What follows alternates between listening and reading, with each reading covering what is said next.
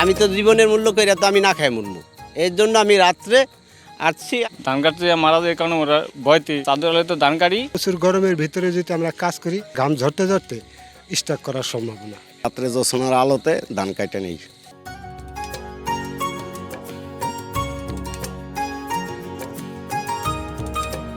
এই তাপমাত্রা যে বর্তমান যে তাপমাত্রা অন্য অন্য জায়গায় অন্য অন্য জেলায় গরমে স্ট্রোক করে মারা যায়, তার জন্য আমার ফ্যামিলিগত ইচ্ছুক না যে দিনে কাজ করার জন্য।